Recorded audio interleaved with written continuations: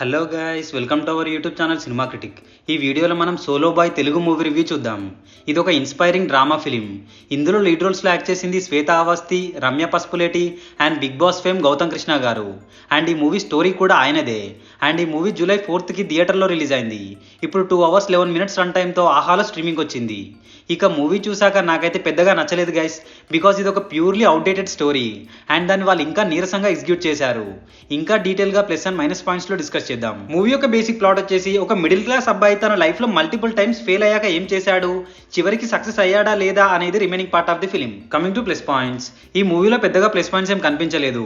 But parents and sun మధ్యలో వచ్చే emotional scenes పర్లేదు అనిపించాయి. అండ్ ఎన్నిసార్లు ఫెయిల్ అయినా మళ్ళీ జీరో నుంచి స్టార్ట్ చేయొచ్చు అని చూపించిన పాయింట్ కూడా బాగుంది. బీజిఎం కొన్ని చోట్ల బాగుంది, కొన్ని చోట్ల పర్లేదు అనిపించింది.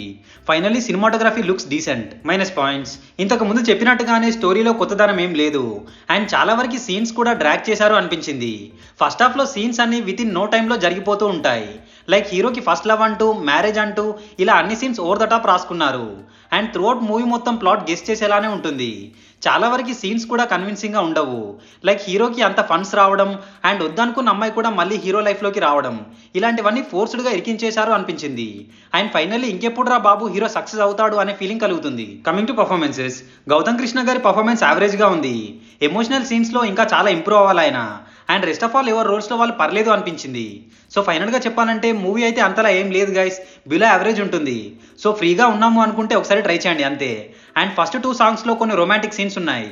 సో అవి పర్లేదు అనుకుంటే ఫ్యామిలీతో చూడొచ్చు. సో ఇది guys solo boy Telugu movie review. మీ కనుక మా రివ్యూ నచ్చినట్టయితే please subscribe to our cinema critic channel. Next movie రివ్యూతో మళ్ళీ కలుద్దాం. Bye bye, take care.